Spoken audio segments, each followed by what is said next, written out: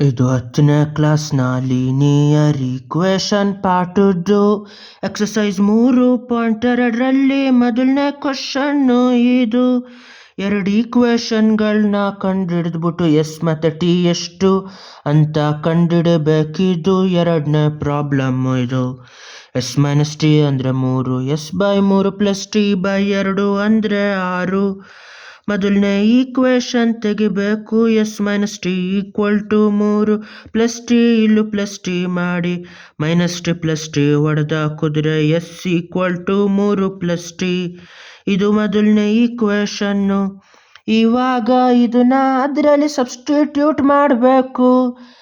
S/3 plus T/2 equal to 6. S ಬದಲು 3 plus T ಹಾಕಬೇಕು. 3 plus T/3 plus T/2 equal to 6. ಇವಾಗ 3 ಮತ್ತು 6ದು LCM ಎಷ್ಟು ಅಂದರೆ 6. ಅದಕ್ಕೆ ಯಾಕೆಂದರೆ 3 ಮತ್ತು 2 ಎರಡರದ್ದು ಕಾಮನ್ ಫ್ಯಾಕ್ಟ್ರೇ ಇದು. 2 3ಲಿ 6, 3 2ಲಿ 6, 2ನ 2 1ಲಿ 2, 3ನ 3 1ಲಿ 3 ಅಂತ ಬರಿಬೋದು.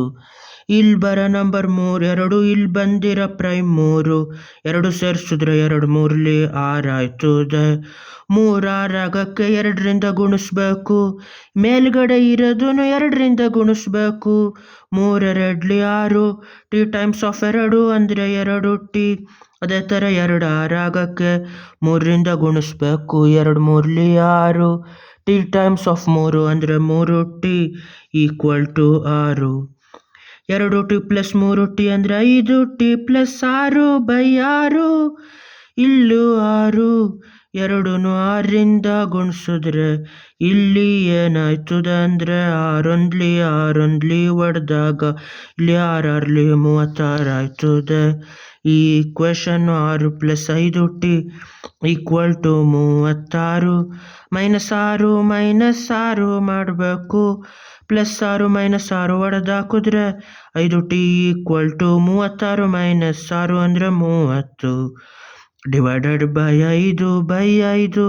5 1ಲಿ 5 1ಲಿ ಅಂತ ಡಿವೈಡ್ ಮಾಡ್ಬೋದು. 5 1ಲಿ 5 6ಲಿ ಅಂತ. ಟಿ ಅಂದರೆ ಇಲ್ಲಿ 6, ಎಸ್ ಅಂದರೆ 3 ಪ್ಲಸ್ ಟಿ ಅಂದರೆ 3 ಪ್ಲಸ್ 6 ಅಲ್ಲಿಗೆ 9. ಎಸ್ ಅಂದರೆ 9, ಟಿ ಅಂದರೆ 6. ಇದೇ ಈ ಈಕ್ವೇಷನ್ಗಳ ಸೊಲ್ಯೂಷನ್ನು. ನಾ ನಾ ನಾ ನಾ ನಾ ನಾ